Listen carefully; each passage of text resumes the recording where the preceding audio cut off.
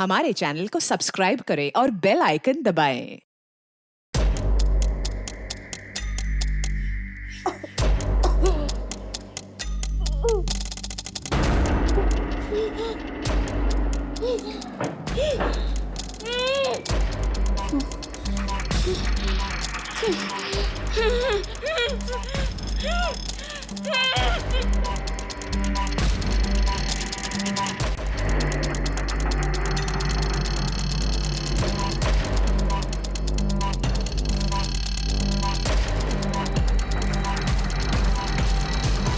जिंदगी बहुत अनिश्चित है। कब क्या होगा किसी को नहीं पता, लेकिन सब कुछ ठीक होगा इसी उम्मीद पर दुनिया कायम है और हमारी जिंदगी भी। सही सोच के साथ सही राह पर चलते रहो तो सब कुछ ठीक होगा। ये भरोसा हमें जिंदगी जीने की हिम्मत और ताकत देता है। लेकिन अगर सब कुछ ठीक होगा इस बात पर से भरोसा उठ गया तो, उम्मीद बार बार लगातार टूटती रही तो इंसान मायूस होकर गलत लोगों, गलत बातों और गलत राह पर भटक जाता है। उसके दिल में ये डर बैठ जाता है कि जो गलत कल हुआ वही आज होगा और शायद कल भी।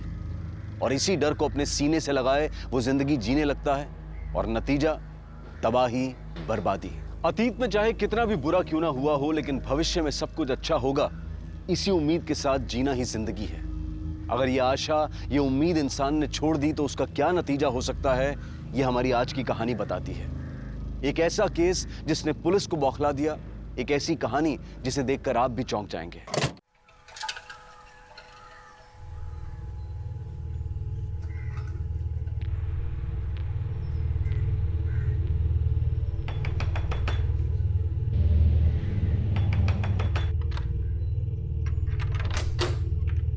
क्या है? पिछले 5 महीने से आप लोगों ने दूध के बिल के पैसे नहीं दिए हैं।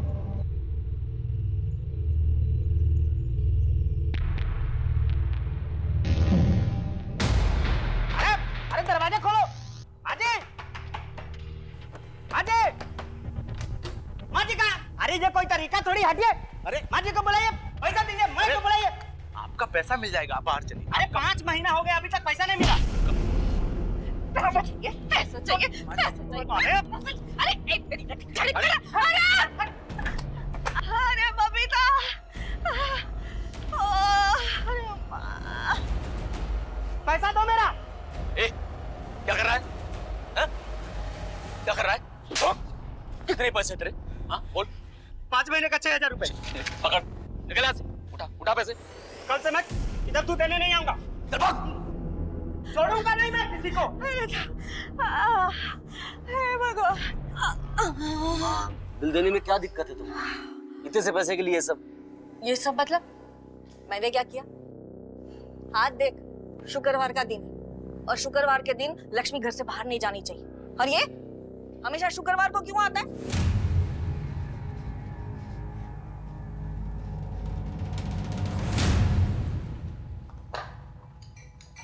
ये लो, टिफिन रेडी नहीं अभी तक।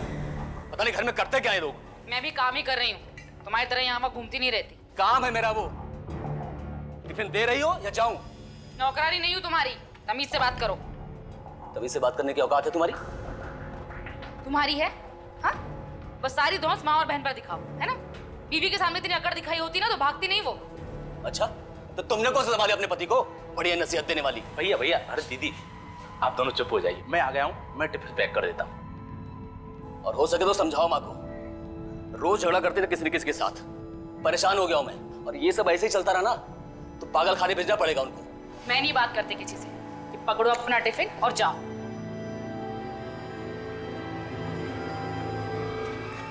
भगवान, कुछ गड़बड़ ना हो जाए बस।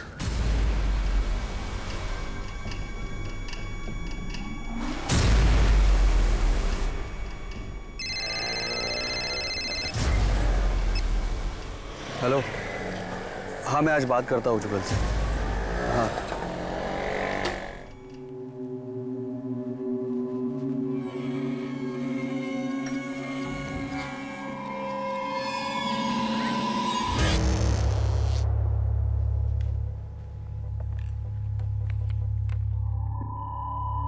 मुझे किसी भी कीमत पर मेरा परिवार चाहिए, हंसता खेलता परिवार।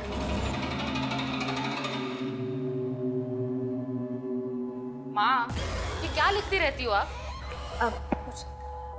गरम है तो? हाँ। जा।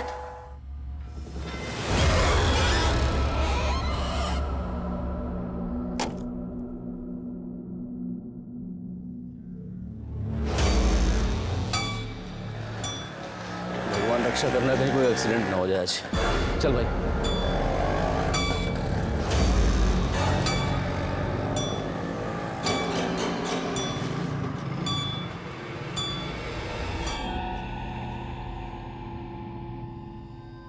बबीता, ए बबीता, हाँ माँ। 8 बज गए, दरवाजा बंद कर ले।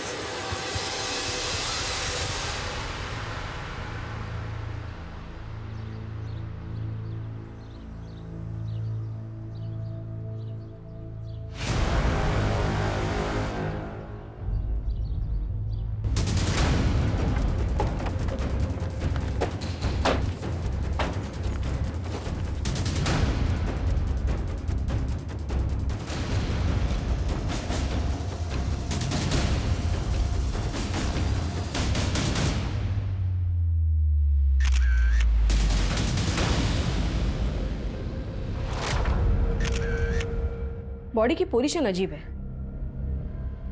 पूनम, तुम बाकी घर की तलाशी लो। मैम।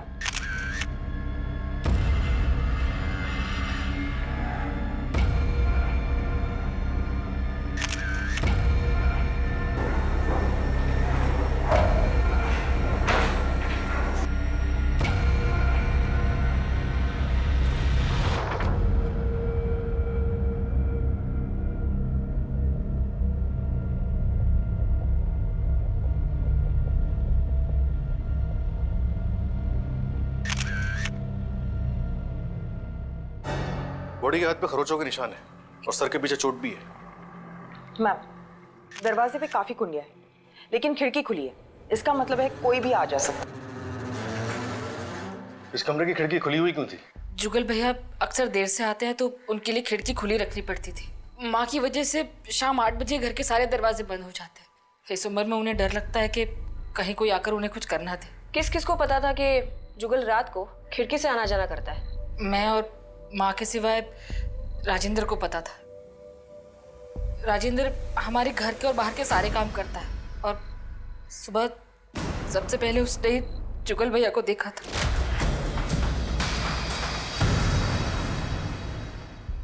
घर से या इस कमरे से कोई सामान गायब है? ऐसा कुछ लग तो नहीं रहा। कल जुगल घर कब लौटा? रात 11 बजे तक तो नहीं आए थे और वैसे भी उनके घर आने का कोई फिक्स टाइम नहीं होता।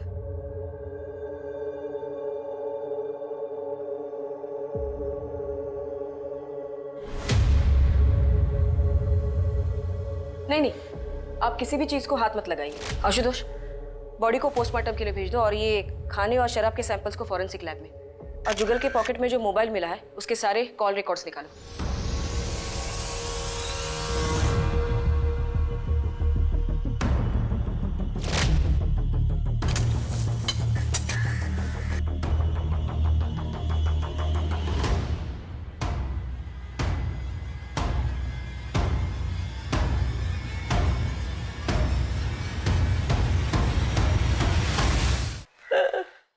जुगल के अक्सर भी कराता था? अक्सर, और कभी कभी तो बहुत ज्यादा। किसी से झगड़ा या दुश्मनी थी यहाँ आसपास पड़ोस में या जहाँ काम करता था वहाँ? नहीं। ठीक है, अब हम चलते हैं। कुछ पता चलता है तो हम आपको बताते हैं।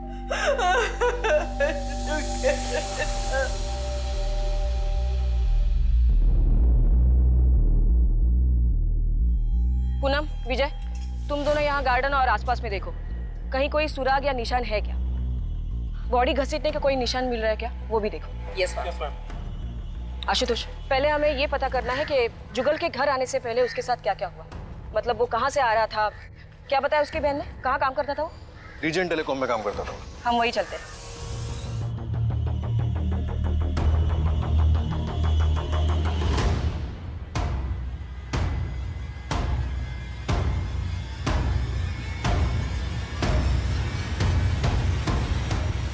राजेंद्र, जी मैडम। ये क्या है? देखो, इस एरिया में इस टावर की काफी रेंज है, ये एरिया में ज्यादा जरूरत नहीं है। तो राजेश शर्मा, तुम्हारे ऑफिस से पता चला कि तुम यहाँ हो। तुमसे जुगल के बारे में कुछ बात करनी थी। मतलब जुगल को सचमुच कुछ हो गया क्या? तुम्हारा मतलब? नहीं, मतलब वो हमेशा मुझसे कहता था कि मुझे बचा लेना, मुझे अगर कुछ हो जाए तो। ऐसा क्यों बोलता था वो? जब से उसकी बीवी निकिता उसे छोड़कर गई है तब से पूरी तरह से हिल गया है वो। बहुत दारू पीने लगा था, बहुत अजीब हो गया था। मैंने तुम दोनों रोज पीते थे? कभी कभी। तो क्या कल भी तुम उसके साथ थे? हाँ। आज पूछूंगा उससे, उसने क्यों किया मेरे साथ ऐसा। अरे मुझे छोड़कर चली गई, वो गई तो मेरा छलक चला गया, सब कुछ बर्बाद हो गया। और गई तो गई ना, इतना जलील करके गई कि उसने ठीक नहीं किया। राजेश, तू मुझे लेकर चल उसके पास, मैं पूछूंगा उससे उसने क्यों किया ऐसा। चल अभी तू मेरे जुगल वो चली गई है मैडम। मैंने उसे कितने बार समझाया कि छोड़ दे, वो चली गई है, बंद कर दे दारू पीना, लेकिन वो मेरी बात मानता ही नहीं था। तो क्या वो कल भी निकिता से मिलने गया था? पता नहीं सर, मैंने तो रात को 11:30 बजे उसे रोज की तरह पास वाले चौराहे पे छोड़ दिया था।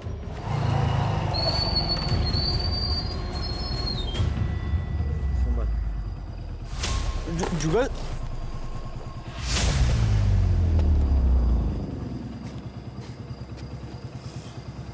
टेंशन मत ले, मैं चला जाऊंगा।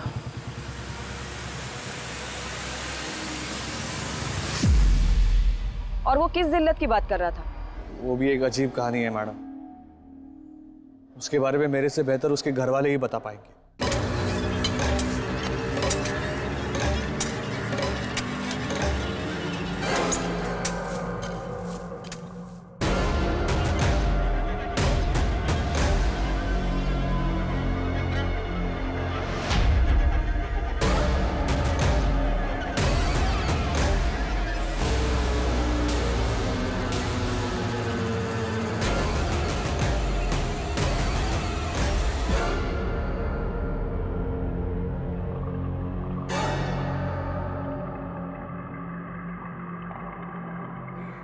तुमने दफनाया इस कुत्ते को? जी मैडम। कब दफनाया था? मैडम ये 3 दिन पहले मुझे कुएं में मरा हुआ मिला था।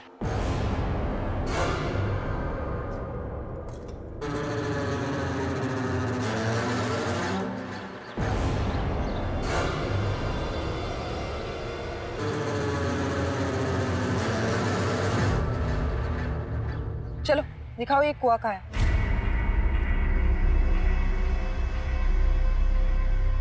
इसी कुएं से निकाला था मैंने। घर वालों को इसके बारे में कुछ पता है? तुमने बताया कुछ उन्हें? मैंने जानबूझकर नहीं बताया मैडम। क्यों? क्योंकि जुगल भैया कुत्तों को लेकर बहुत परेशान होते थे। अगर ये बात उनको पता चलती तो वो गोपाल अय्यर से बहुत झगड़ा करते। गोपाल अय्यर? ये कौन है? हमारे पास ही रहते हैं मैडम। उनको कुत्तों से बड़ा प्यार है, वो कुत्तों को कहीं भी खाना खिलाने लग जाते हैं, यहाँ तक कि हमारे घर के बाहर भी। अय्यर साहब कितनी बार बोला है आपसे यहाँ पर कुत्तों को खाना मत खिलाया करो, आपको बात समझ में नहीं आ रही है? अरे परेशान करके रखा हुआ है। अय्यर साहब आपसे बात कर रहा हूँ, मेरी बात सुन रहे हैं आप? क्या सुनेगा तुम्हारा बात? हा? रोज का एक ही बात, क्या प्रॉब्लम क्या तुम्हारा? मेरा प्रॉब्लम ये है अय्यर साहब कि मैं बोलता हूँ रोज आपको कि कुत्तों को खाना मत खिलाया करो, बात समझ में नहीं आती आपको? ये कुत्ता तुमको क्या करता, कभी काटा है क्या? अरे काटन अरे जवान नहीं, तुम्हारा टाइम होगा, तुम जाओ। मैं अरे काट लिया ना तो ठीक नहीं होगा, बता रहे हैं हम आपको। धमकी देने का जरूरत नहीं है। धमकी दे रहा हूं काट मैं। डालेगा साला तुम कहीं पे। अरे ऐसे कैसे काट डालेगा? इस झगड़े के बारे में और किसी को कुछ पता था? सभी को तो पता था मैडम।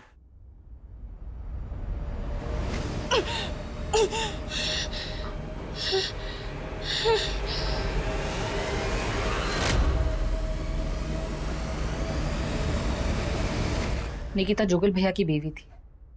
उसी ने सब कुछ बर्बाद कर दिया। हमारा हरा भरा परिवार था, सब खराब करके चलती बनी। एक वो और एक सूरज, दोनों के दोनों घटिया और नीच लोग। सूरज कौन? मेरा पति। नारायणं निराकारं नरवीर नरोत्तमं नरसिंहं नागनाथं च तम वंदे नरकांतकम। बोलो श्री सत्यनारायण भगवान की जय। आप ये प्रसाद सब में बांट दीजिए। रुकिए, सूरज जी कहाँ हैं? अरे बबीता, जाओ अपने पति को जल्दी बुला के लाओ। 1 मिनट, मैं बुला के लेके आती हूँ। सूरज जी, सूरज। आ रहा हूँ।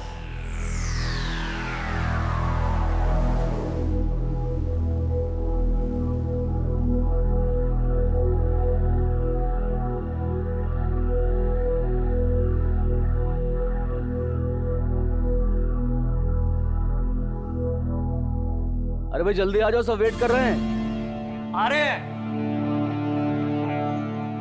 बबीता, टॉवल देना। बबीता।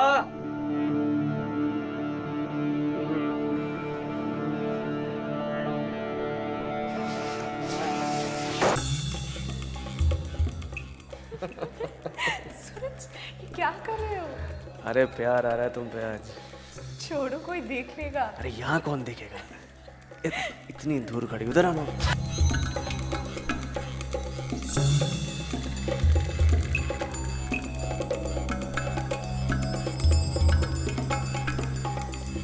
लेकिन जब माँ ने उन दोनों से पूछा तो दोनों ने साफ इनकार कर दिया। क्या बंद कर दे? किस बारे में बात कर रही हैं आप?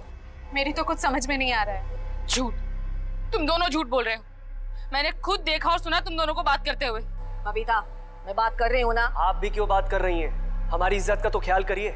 निकिता भाभी के बारे में सोचिए, शर्म आनी चाहिए आप लोगों को। अच्छा, तुम्हारे कहने का मतलब ये है कि तुम दोनों के बीच कुछ नहीं चल रहा। आपकी कसम, भगवान की कसम, ऐसा कुछ भी नहीं है। ठीक है, इस बात को यही खत्म करते हैं। परिवार की शांति बिगड़नी नहीं चाहिए, याद रखना। लेकिन फिर उसी दिन दोनों खुलेआम बिना शर्म के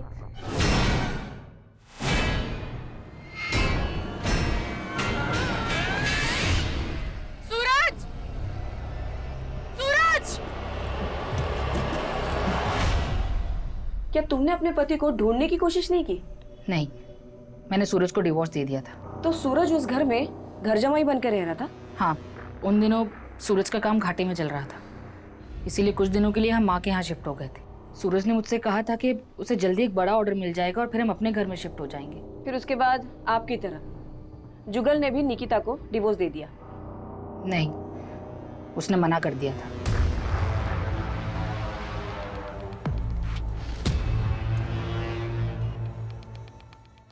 अजीब बात है, तेरवा देवी का जमाई सूरज उन्हीं की बहू निकिता के साथ भाग गया। शायद इसी सदमे ने तेरवा देवी और उनके परिवार को। जुगल की पॉकेट से जो फोन मिला उसकी कॉल रिकॉर्ड्स आ गए। उसके हिसाब से निकिता और जुगल के बीच काफी कॉल्स हुए। कल रात को भी निकिता ने उससे बात की थी और ये जुगल की आखिरी कॉल थी। कितने बजे? करीब 11:30 बजे।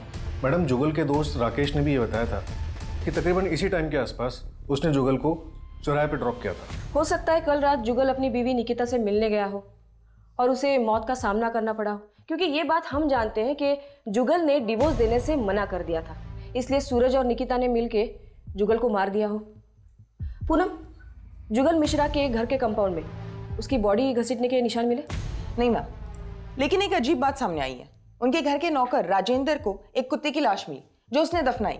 घर वालों में से किसी को नहीं बताया और उसका कहना है कि उसके घर के पास रहने वाले गोपाल अय्यर का जुगल से झगड़ा ना हो, इसलिए उसने ये बात किसी को नहीं बताई। यहाँ इस केस में सब अजीब है। वो बुजुर्ग माँ, उनके जमाई और बहू, नौकर राजेंद्र और अब ये गोपाल अय्यर। इस गोपाल अय्यर की कुंडली निकालो, पता करो कि कल रात वो कहाँ था, और ये सूरज और निकिता के बारे में पूछताछ करो। वैसे ही आप अर्जुन की भी करोगे ना? क्या मेघा की माँ, नैना की शादी का तो कोई मुकाबला ही नहीं हो सकता। ओ भाई, बस हो गया। मैं अपने अर्जुन और जूही की शादी ऐसे करूंगी कि देखती रह जाओगी, आंखें फट जाएंगी, लाखों में एक। कौन है? माँ कौन है? माँ कौन है? माँ, माँ कौन है? मैं हूँ बबीता। बबीता, वो आया? वो नहीं आया। ऐसे कैसे? तूने उसे जुगल के बारे में बताया था ना? उसे आना ही होगा, अब आना ही होगा उसे।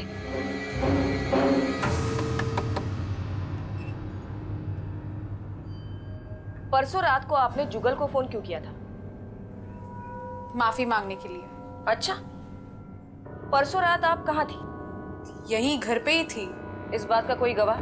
गवाह की क्या जरूरत है, मैं यहाँ घर पे ही थी। मगर आप ये सब क्यों पूछ रहे हैं?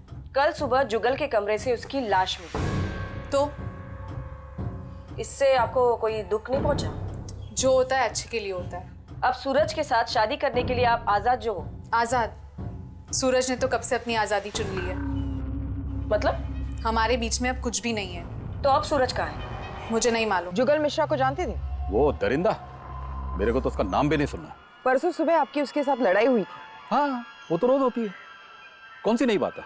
और आपने उसे मारने की धमकी भी दी थी। काट डालेगा साला तुम कहीं पे। अरे ऐसे कैसे काट डालेगा? अरे मैडम, मैं तो उसे डरा रहा था, पता नहीं उसे कुत्तों से इतनी नफरत क्यों थी। अब देखिए ना, पिछले हफ्ते मेरे 3 कुत्ते गायब हो गए, उसी ने शायद कुछ किया होगा। अच्छा वो मर गया, कम से कम मेरे कुत्ते तो बचे रहेंगे। परसों शाम को और रात को आप कहाँ थे? जी मैं घर पे था, पूरी रात घर पे था। आपको चाहिए तो मेरी बीवी से पूछो। लेकिन आप लोग ये सब मुझसे क्यों पूछ रहे हैं? आपको क्या लगता है मैंने कुछ किया?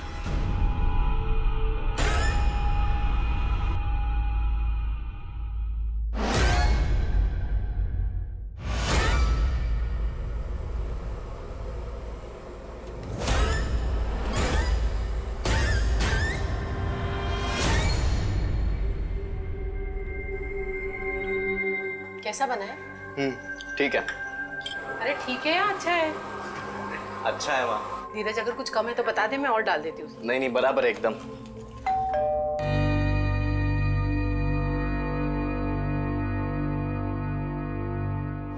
धीरज बेटा, कितना बड़ा हो गया है तू। 5 साल हो गए तुझे देखे। अरे अपनी दादी और बुआ को अंदर नहीं बुलाएगा? आ जाइए। बबीता, टिफिन ला। धीरज बेटा आ जा, इधर आ जा, खाए। कौन है धीरज? धीरज, आप दोनों से मैंने साफ साफ कहा है कि आपसे हमारा कोई लेना देना नहीं है। सुनाई नहीं दे रहा आपको? इज्जत से निकल जाइए वरना धक्के मार के निकलवाऊंगी। अरे ले धीरज बेटा, ले बेटा, ले। अरे मेरे हाथ का बना घर का ताजा खाना है और सब कुछ इसकी पसंद का है। धीरज, इनके हाथ का बना कुछ मत खाना। क्या नहीं खाने थे उसे, कुछ नहीं होगा उसे। हाँ? फिर भी वो नहीं खाएगा।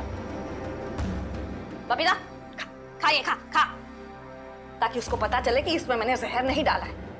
देख, देखा? और सुन, धीरज मेरा पोता है, वो मेरे घर में रहना चाहिए, मेरे साथ। धीरज उस घर में कभी नहीं जाएगा। उस घर में एक भी मर्द जिंदा नहीं रहता है। अब तो जुगल को भी खा गए आप लोग। याद रखता नहीं, बहुत पछताएगी तू। निकलिए।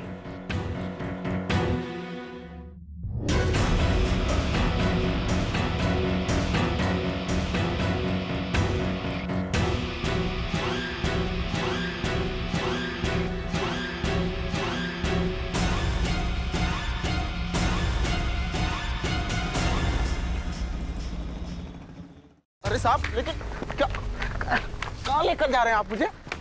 साहब हुआ क्या? साहब, अरे अरे मैडम, मुझे बताइए तो सही, मुझे यहाँ क्यों लेकर आए हो आप? क्योंकि तू हर काम में सबसे पहले है। तुझे सबसे पहले कुएं में से एक मरा हुआ कुत्ता मिला। जुगल की लाश को भी सबसे पहले तूने देखा, और जुगल के झगड़े के बारे में भी सबसे पहले तूने हमें बताया। अब सच सच बता, तुझे कुएं में से एक मरा हुआ कुत्ता मिला या 3? नहीं नहीं मैडम, सिर्फ एक ही कुत्ता मिला था, मैंने मैडम को बताया तो था। ठीक है, तुम जाओ। पूनम, इस पे नजर रखना। और वो तेरवा देवी का जमाई सूरज, वो कब आ रहा है? आ गया मैं। क्यों सूरज, निकिता से कब शादी कर रहे हो? शादी? हाँ शादी, क्योंकि अब जुगल मिश्रा जो नहीं रहा। जुगल मिश्रा नहीं रहा? बुढ़िया अपने आखिरी बेटे को भी खा गई। मतलब? पहले 2 बेटे मर चुके हैं उनके, पर मैम मेरा उस घर से और बबीता से ना कोई रिश्ता नहीं है अब। तुम निकिता से आखिरी बार कब मिले थे? कई महीने हो गए मुझे तो, पर हाँ बबीता का फोन आया था 2 हफ्ते पहले। बबीता का? हाँ, वो बोल रही थी मिलना है, कुछ मदद चाहिए, लेकिन बाद में ना कोई फोन आया ना मिलने आई। ठीक है।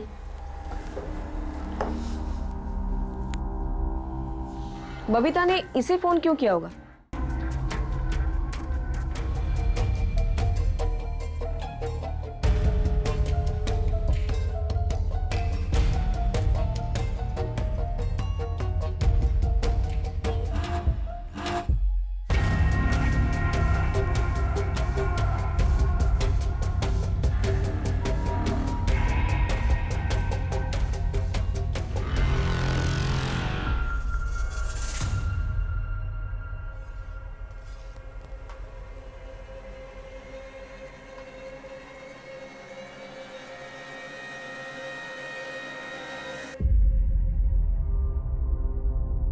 बबीता से मिलना है।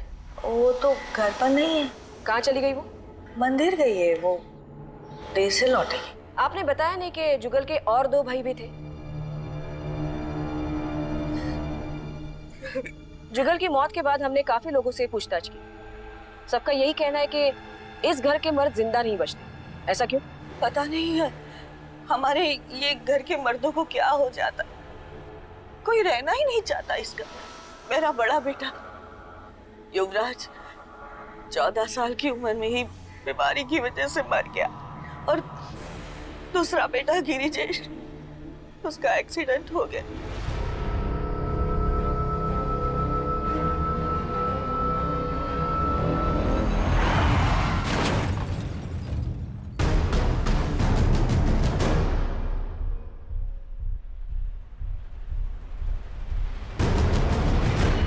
उसके बाद गिरिजेश की बीवी धानी मेरे पोते को लेकर घर छोड़कर चली गई। ये कब की बात है?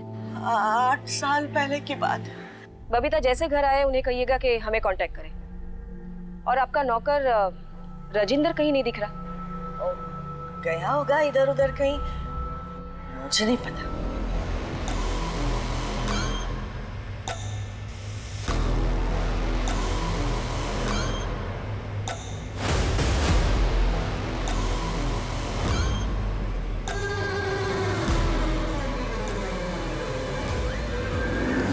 नमस्ते साहब।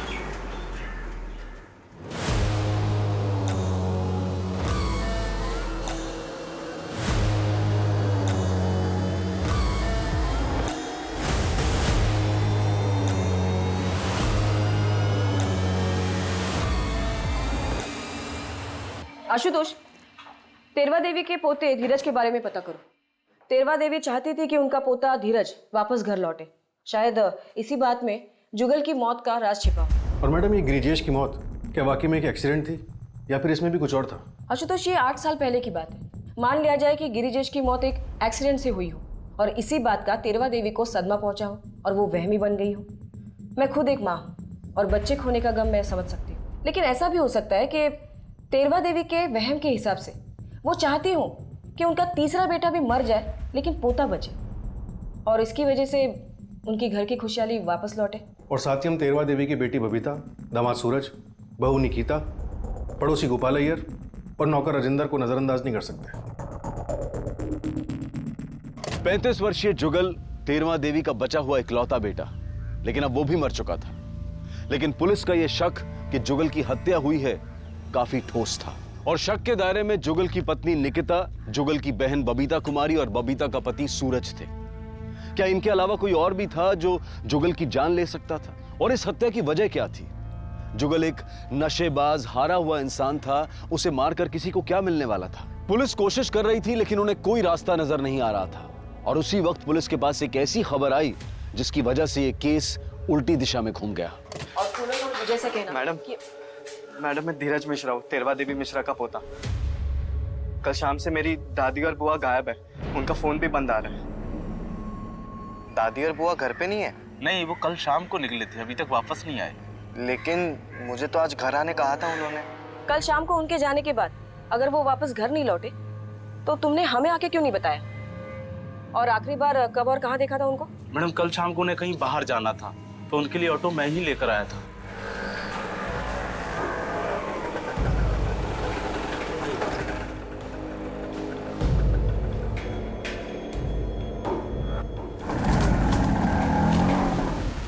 पास कुछ सामान वगैरह था? एक छोटी सी थैली थी मैडम, बस। ठीक है, उनके बारे में अगर कुछ पता चलता है तो हम तुम्हें बताते हैं। जी मैडम। आशुतोष, ये बड़ी हैरानी की बात है। बबीता और तेरवा देवी का गायब होना और जुगल की मौत का कुछ ना कुछ तो कनेक्शन है। शायद इन दोनों ने मिलके कुछ किया हो, लेकिन दो औरतें एक साथ ऐसे अचानक गायब कहाँ हो सकती है? और वो ज्यादा घर से बाहर निकलती भी नहीं थी। खैर, इन दोनों की फोटोज शहर के सारे पुलिस स्टेशन में सर्कुलेट कर दो।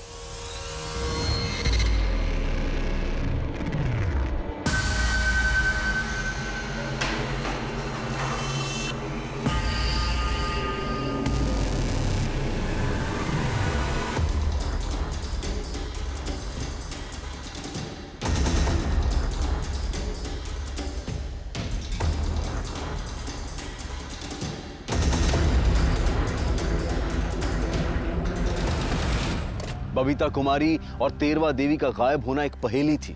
उनके दुश्मन तो काफी थे, लेकिन उनमें से कौन उन दोनों को गायब कर सकता था, इस बारे में पुलिस उलझन में थी। और तभी एक बार फिर से इस केस ने रुख बदला। मैडम, जुगल मिश्रा की पोस्टमार्टम रिपोर्ट। इस रिपोर्ट के मुताबिक जुगल की मौत अल्कोहल ओवरडोज की वजह से हुई थी। ज़्यादा शराब पीने की वजह से उसे वॉमिट सेंसेशन हुआ, जो उसके विंड पाइप में अटक गया और वो सांस नहीं ले पाया।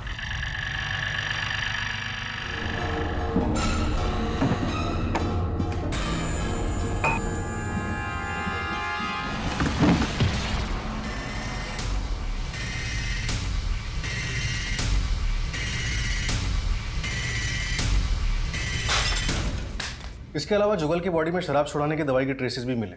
डॉक्टर ने रिपोर्ट में death by natural cause he लिखा है। और फॉरेंसिक रिपोर्ट के मुताबिक शराब छुड़ाने की दवाई के ट्रेसेस उस खाने की प्लेट में भी मिले हैं, जो हमें जुगल के रूम से मिली थी।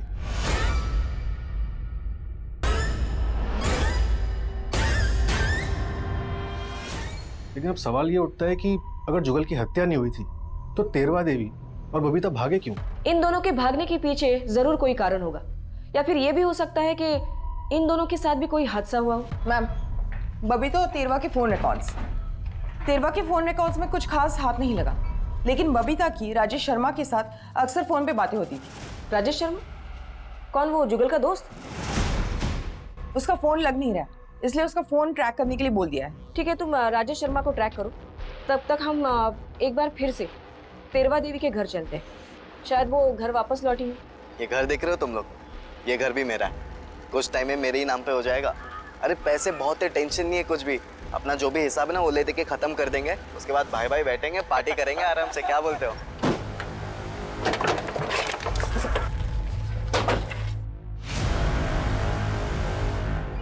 तुम यहाँ क्या कर रहे हो? और राजेंद्र का है? समय वो अपनी दादी और बुआ से मिलने आया था बस।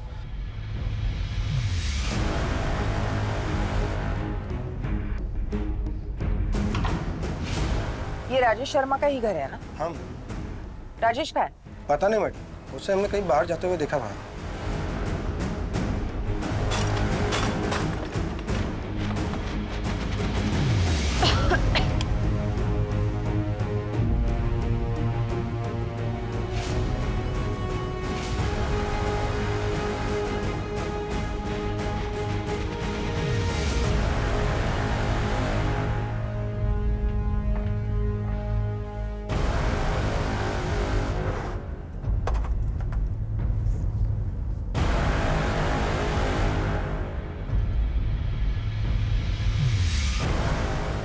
लेकिन इस रिपोर्ट के मुताबिक ये राजेश शर्मा 3 दिन से गायब है, कुछ अता पता नहीं है। उसका फोन भी ट्रेस नहीं हो पा रहा, लेकिन हमारे खबरियों से ये पता चला कि बबीता और वो अक्सर छुप छुप कर मिला करते थे। ये केस उलझता ही जा रहा है। कहीं ये राजेश तेरवा देवी और बबीता के साथ मिलकर कुछ साजिश तो नहीं कर रहा? मैडम, ये भी तो हो सकता है कि बबीता और राजेश के रिश्ते को जुगल और तेरवा देवी का विरोध था, इसलिए जुगल की मौत के बाद उन्होंने तेरवा देवी को अपने रास्ते से हटा दिया। फिर ये बबीता क्यों गायब है? और वो उनका नौकर राजेंद्र, वो कहाँ चला गया?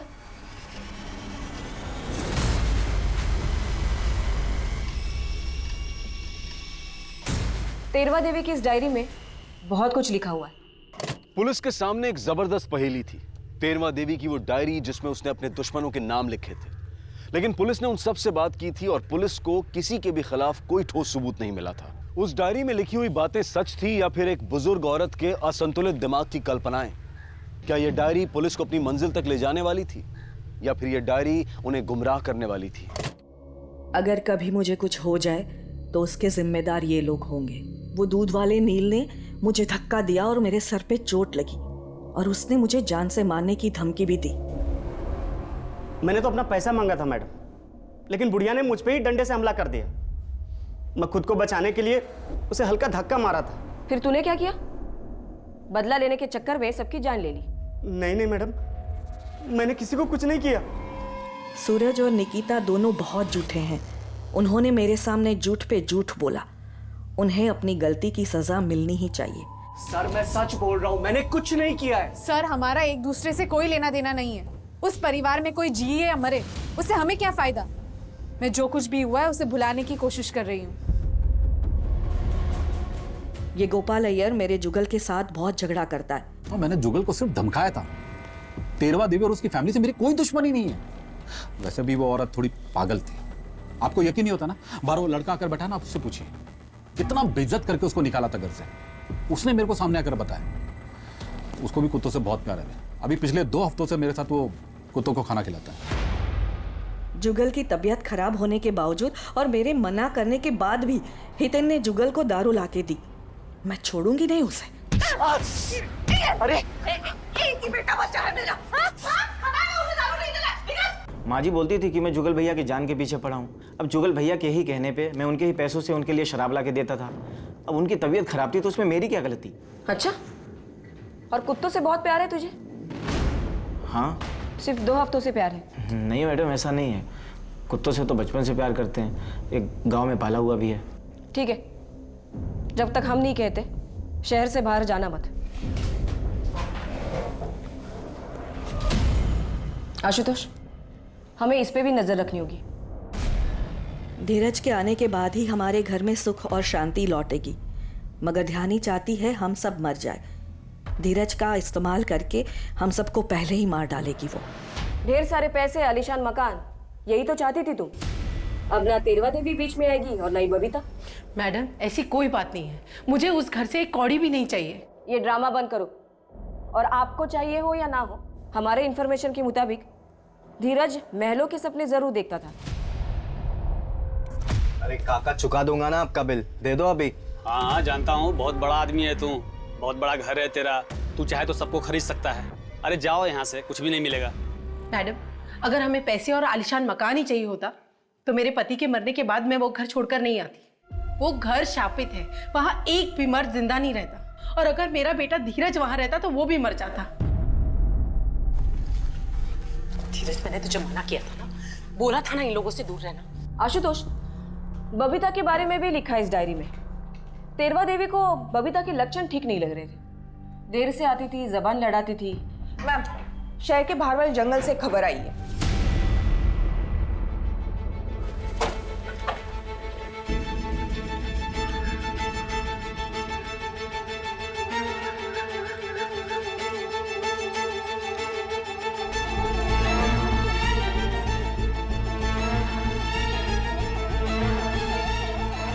लाश पे घाव का निशान काफी भारी और गहरा है। लगता है किसी ने बहुत बेरहमी से मारा है इसे। इस केस की शुरुआत जुगल की मौत से हुई थी। तब हमें लगा था कि हत्या है, पर ऐसा था नहीं। और अब जुगल की माँ तेरवा देवी गायब है और बहन बबीता की लाश मिली है। बबीता इनमें से अहम कड़ी थी, अब वो भी टूट चुकी है। तेरवा देवी गायब है और नौकर राजेंद्र, अभी तक उसकी कोई खबर नहीं। मैडम उसकी डायरी से हमें उसकी दुनिया के बारे में पता चला था। उसकी डायरी में मौजूद लोग उसकी दुनिया में बसते थे और उसी दुनिया में से किसी ने शायद ये कांड किया। लेकिन अब सवाल ये है कि तेरवा देवी की दुनिया में बसने वाला वो कौन व्यक्ति है जिसने सब कुछ किया। इतने दिनों से ढूंढ रहे हैं तुझे, ना तेरा फोन लग रहा है, ना किसी को पता है कि तू कहाँ था। गाँव गया था, वहाँ पर नेटवर्क नहीं था। बबीता से क्या रिश्ता है तुम्हारा? प्यार करते थे हम एक दूसरे से। तो उसे मारा क्यों? मैं उसे क्यों मारूंगा मैडम? हम दोनों एक दूसरे से प्यार करते थे और जिस दिन जुगल की हत्या हुई उस दिन मैं उसे सब सच बताने वाला था कि मैं और बबीता शादी करने वाले हैं। लेकिन उस दिन जुगल निकिता को लेकर बहुत परेशान था, इसीलिए मैंने उसे कुछ कहा नहीं। और फिर अगले दिन पता चला कि जुगल की मौत हो गई। अरे मैं तो गांव जाने से पहले उसे मिला भी था। वो और तेरवा देवी कोई चंद्रपाल बाबा को मिलने जाने वाले थे।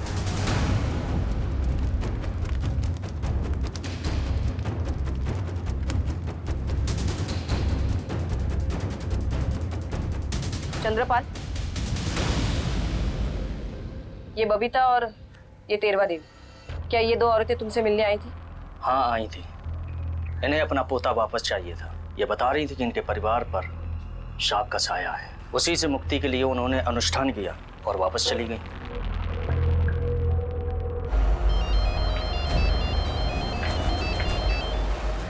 हेलो,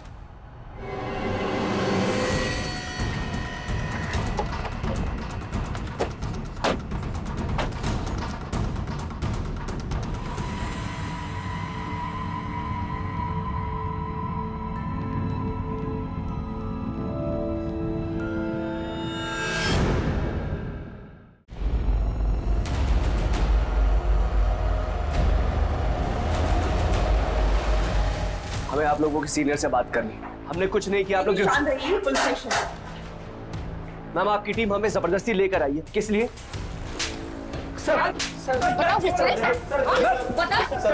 अच्छा बताता हूँ। मैं भी हरिओम चंद्रपाल बाबा का भक्त था। उस दिन मैंने बबीता और तेरवा देवी को उनके आश्रम में देखा था। वहां से मुझे पता चला कि वो दोनों वहां पे वापस आने वाले थे। तब मैंने हितेन को याद किया। हितेन को पहले ही तेरवा देवी से नफरत थी। ये रिक्शा चलाता है। माँ जी नमस्ते। पहचाना? इसने घर छोड़ने के बहाने उन दोनों को अपने रिक्शा में बैठाया। कहाँ जा रहे हैं हम? अरे हितेन, ये कहाँ ले जा रहा है? ये हमारे घर का रास्ता नहीं है। कहाँ से लेकर जा रहा है तू? ये अजीब सी जगह है। कहाँ लेकर आया तू? कितने बार बोला तेरे को? क्या कर रहा है? कहाँ लेकर जा रहा है? पकड़ सूरज, चल। सूरज तू! ये क्या कर?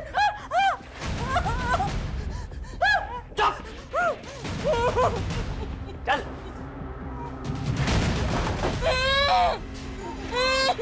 लेकिन ये सब करके तुम दोनों को क्या हासिल होने वाला था? क्या तुम तेरवा देवी से कुछ साइन करवाना चाहते थे? मैम, हमें तो बाद में मिलता, पहले तो उसे हासिल होने वाला था। किसे?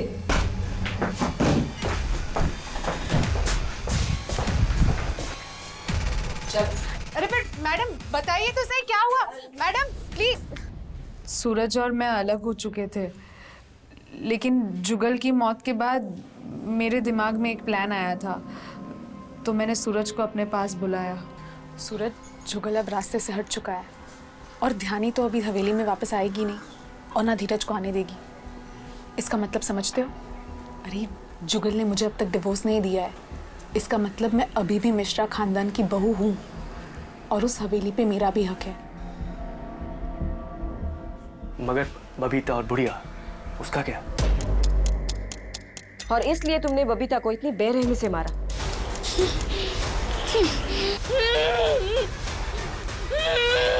खा खा। कुत्ते की तरह मारेगी मुझे?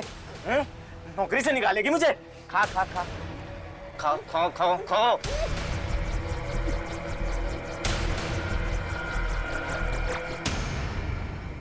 कुत्तों को मैं नहीं मार के वहां फेंका था।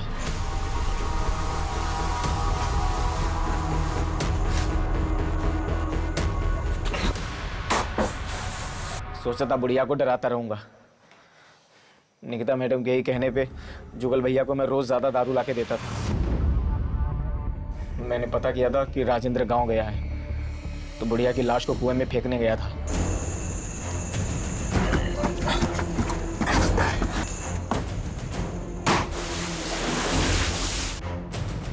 वहां राजेंद्र ने हम दोनों को देख लिया था, इसलिए उसको भी वहीं मारना पड़ा। तेरवा देवी एक बुजुर्ग औरत थी जो अपने परिवार को जोड़कर रखना चाहती थी। वो चाहती थी कि उसका परिवार एक ही छत के नीचे सुख और शांति के साथ रहे, लेकिन वो हो ना सका और नतीजा, उसका भरोसा, उसकी उम्मीद टूट गई।